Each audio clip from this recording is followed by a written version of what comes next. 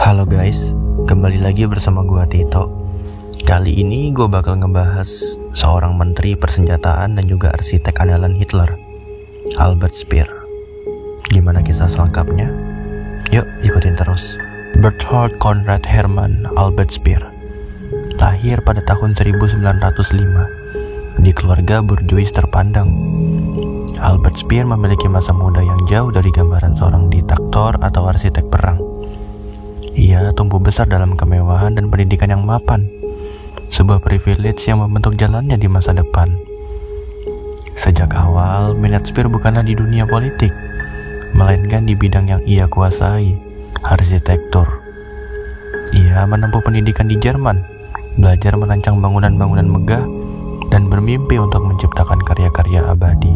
Baginya, politik hanyalah suara bising di kejauhan. Ia tidak pernah berpikir untuk menjadi bagian dari hiruk-pikuk itu. Namun di awal tahun 1930-an, kondisi Jerman berubah drastis.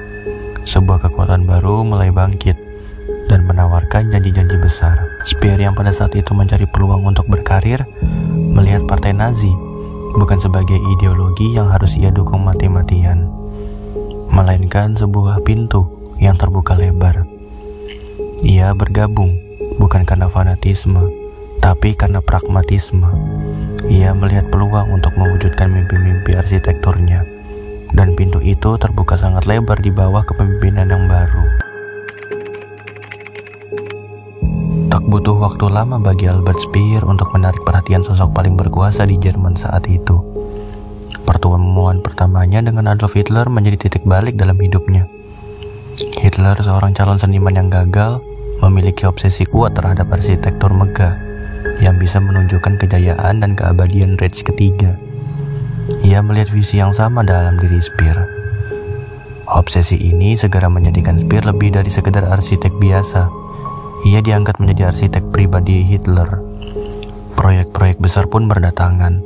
Speer merancang stadion-stadion raksasa di Nuremberg yang menjadi saksi bisu parade massal partai Nazi. Ia merancang gedung-gedung monumental yang megah di seluruh Jerman. Puncaknya adalah rancangan ambisius untuk mengubah Berlin menjadi Germania, sebuah ibu kota dunia yang dibangun di atas kehancuran. Kedekatan profesional ini secara otomatis membuat Speer ditarik masuk ke dalam lingkaran dalam Nazi. Ia bukan lagi sekedar arsitek, melainkan sosok yang dipercaya. Di sana, ia bergaul akrab dengan para petinggi, mulai dari Joseph Goebbels hingga Heinrich Himmler. Ia menjadi bagian tak terpisahkan dari inti kekuasaan, menyaksikan secara langsung bagaimana keputusan-keputusan besar dibuat. Pada saat Perang Dunia II berkecamuk dan Jerman mulai terdesak, takdir kembali membawa Albert Speer ke posisi yang tidak pernah ia duga. Pada tahun 1942, Fritz Todt, menteri persenjataan Reich yang sangat dihormati, tewas dalam sebuah kecelakaan pesawat. Hitler tanpa ragu menunjuk Speer, sang arsitek kepercayaannya, sebagai pengganti. Misi Speer sangat jelas, meningkatkan produksi senjata demi mempertahankan mesin perang Jerman. Di tangan Speer, industri perang Jerman mengalami revolusi. Ia menerapkan sistem efisiensi industri yang belum pernah ada sebelumnya. Ia memangkas birokrasi, mengoptimalkan jalur produksi, dan mendorong inovasi. Hasilnya mengejutkan. Meskipun kota-kota Jerman dibombardir habis-habisan oleh sekutu, produksi tank, pesawat, dan artileri malah meningkat secara dramatis. Kinerjanya dianggap sebagai keajaiban ekonomi perang Nazi. Namun, kesuksesan yang fenomenal itu datang dengan harga yang sangat mahal. Di balik sistem yang efisien, ada sebuah kenyataan mengerikan. Kerja paksa untuk memenuhi target produksi yang ambisius. Speer dan rezim Nazi memanfaatkan jutaan tawanan perang, tahanan politik, dan narapidana dari kamp konsentrasi. Mereka dipaksa bekerja dalam kondisi yang tidak manusiawi, tanpa upah, nutrisi, atau istirahat yang layak. Di kemudian hari, Speer berargumen bahwa ia tidak mengetahui detail kekejaman yang terjadi. Namun, banyak sejarawan membantah klaim tersebut. Speer adalah orang yang sangat teliti, dan ia mengendalikan setiap aspek produksi. Sangat tidak mungkin baginya untuk mengetahui kondisi kerja paksa yang masif di bawah pengawasannya. Dari semua pengikut Hitler, hubungan Albert Speer dengannya adalah yang paling unik. Speer dijuluki sebagai satu-satunya orang yang bisa menentang Hitler tanpa dimarahi. Hal ini menunjukkan tingkat kepercayaan dan kedekatan yang luar biasa.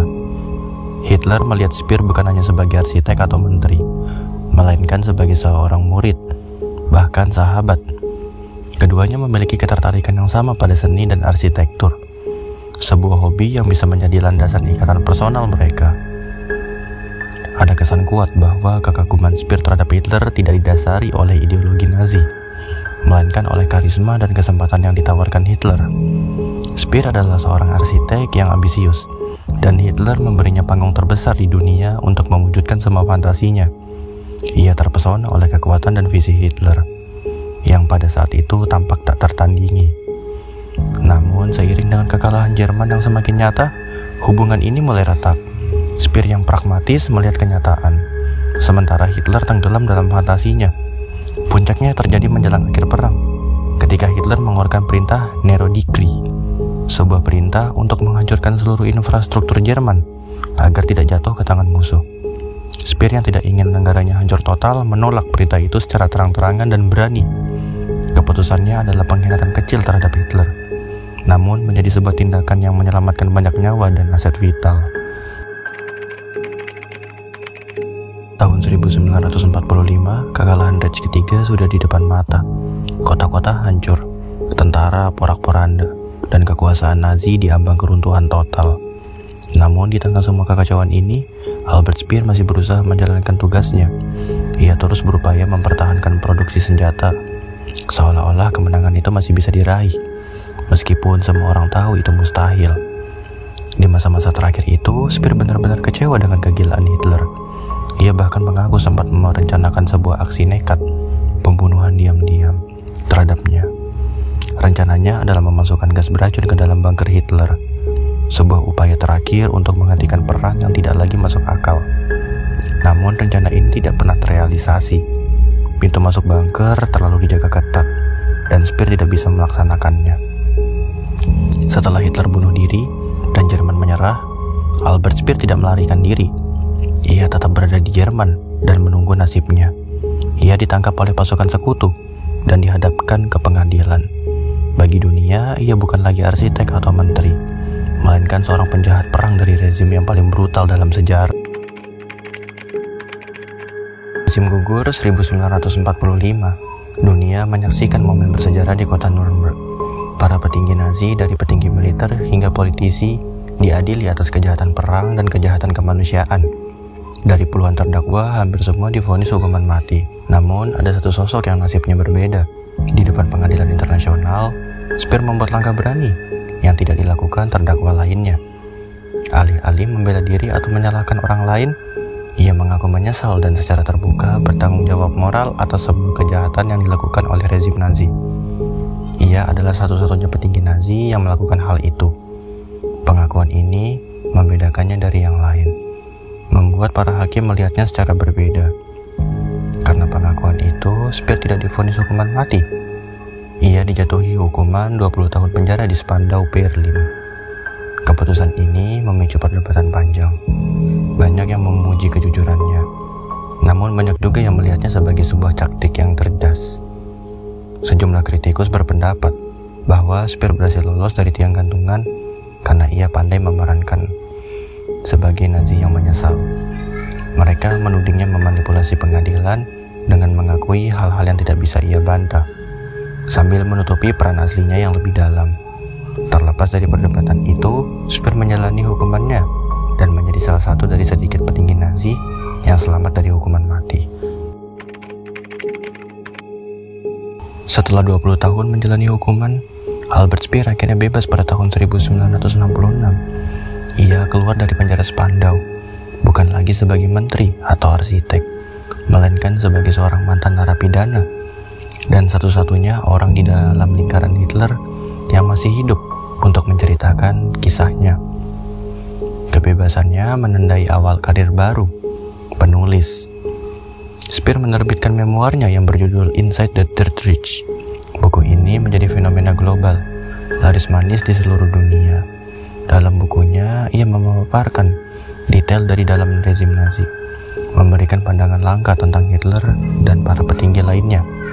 Ia menggambarkan dirinya sebagai seorang teknokrat yang tidak peduli politik, seorang yang dibutakan oleh kekuasaan dan kesempatan. Citra publiknya berubah drastis.